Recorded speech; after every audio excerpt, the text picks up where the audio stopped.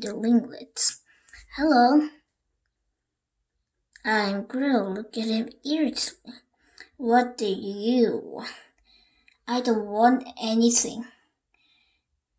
Glaring at her, I say hello. You'll have to forget my younger brother, Kurt. Lieutenant Cutler. Only 9, you know. Good morning, little man, said Cutler, reaching out, quite appallingly, waffling his head, Bruno's hair. And oh, I'm a little early, almost 10 o'clock. Shrugged his shoulders, and I was right. He said I would never grow up to be if I slept my life away.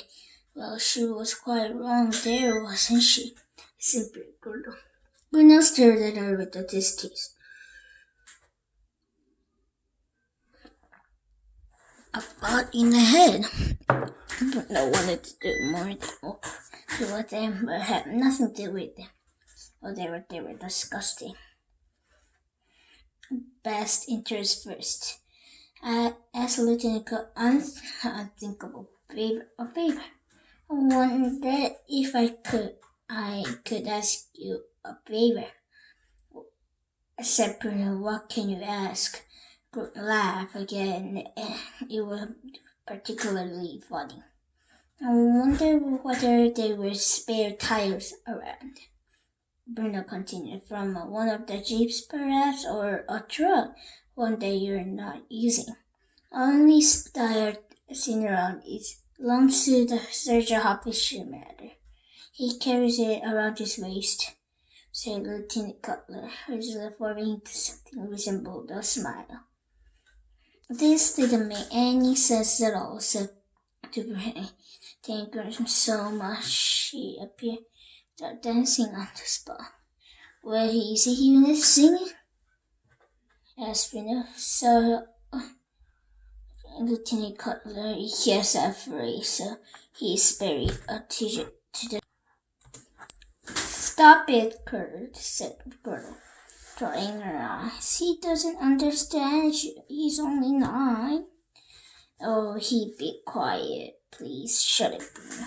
Sister irritation was bad enough having a favor for Cutler, but only made things worse. And to teased him all the way through it. You're only 12 anyway. Turning to older than you are. You're 13, Kurt. Laughter's done now. In horror. I'll be 13 a couple of weeks time, a teenager like you. Toddler smile. Nothing. For retyping any adult standing in front of it, rolling his eyes suggesting silly and utterly ridiculous. This wasn't any adult. Lieutenant Cutler. Anyway, said Bruno. Anger that girl was directed towards him. Other than that one, I can find a spare tire. Of course, said Lieutenant Cutler, smiling now as he was bored with the entire thing. What do you want it for, anyway? I'd make a swing, said Bruno. And branches of a tree? Indeed, said Lieutenant Cutler, wisely. Such thing distant memory to him now, despite the fact he was, as Girl had pointed out, no more than a teenager himself. Self, I was a child, spent happy afternoons together playing on them. Astonished, anything in common with him. More surprised, Lieutenant Cutler had ever had friends. So what do you think, he asked. Are there any around? Lieutenant Cutler stared at him, as if he was going to give him a straight answer or irritate him, as he usually did. Then he fulfilled the old man afternoon to help peel the vegetables in the kitchen routine. white jacket on, serving at the table. Heading towards the house, he mind up. Hey you, he shouted. Understand? Come over, get it again, and harsh sound of it. Ashamed to part of this at all. Provoking towards him. Despite the fact he was young enough grandson.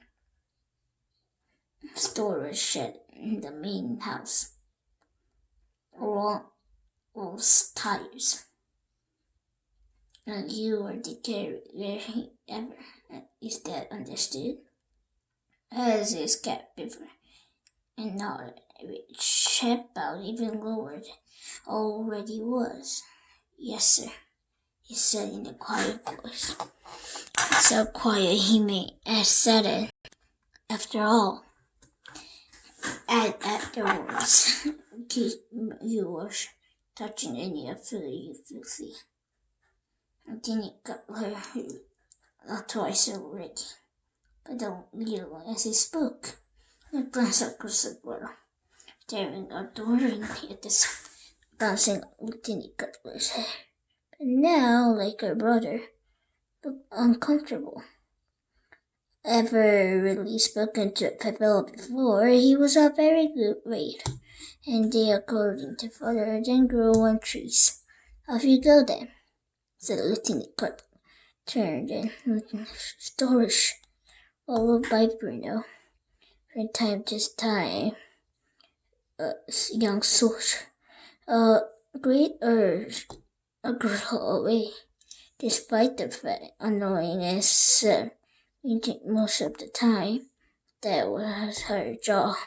She was his sister, but he hated them. With them, Lieutenant Cutler dressed it up in plain nasty. The accident took place a couple of hours later. Suitable tired, and Papa dragged it to the large oak griddle side of the house. Climbed up and down, up and down, up and down, skittled around the branch, tire itself. Whole operation had been tremendous success. Once before that, back then he had a Carl and Daniel and Martin help with it. He was by himself, and that made decidedly trickier. Yes, somehow he made the shot. In a few hours he had placed installed inside the center of the tire, swinging back and forth.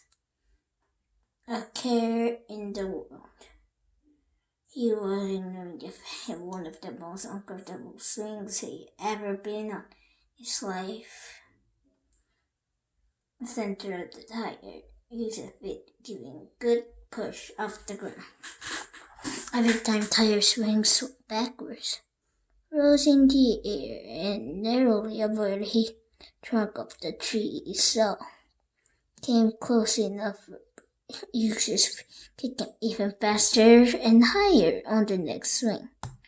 This worked very well until he slipped a little, and just as he kicked the tree, he knew it. His body was turning inside and downward, one foot still inside the rim, his face down on the ground beneath it with the thud. Everything went black for a moment, came back into focus, sat up on the ground, swung back, and he had yelped and moved out of the way. Stood up, he could feel arm and leg were both very sore. Horribly on them. Sore they might be broken. He inspected his hand. Elbow nasty cut. His leg felt worse still, as it down his knee. A white gash waiting for him to look at it. When all the attention was focused on it, bleeding rather badly. Oh dear, said Bryn out loud. At it, and wondering what she should do. wonderful long though. The swing he had built the same of the house as a kitchen, and Pavel, the waiter who had off the tire peeling potato while standing at the window, had seen the accident take place. Bruno up again, he saw Pavel coming quickly towards him, and only when he arrived he confidently moved his feet. He felt a little, but landed on the ground this time. Pavel scooped it on. I don't know what happened, he said. It didn't seem dangerous at all. You were going too high, said Pavel in a quiet voice that immediately made Bruno feel safe. I could see it. I thought it meant a moment he suffered a measure. And I did, said Bruno. You certainly did. Pavel carried him across the lawn back towards the kitchen and settling one of the wooden chairs. Where's Mother? Asked Bruno, looking for the person he usually searched.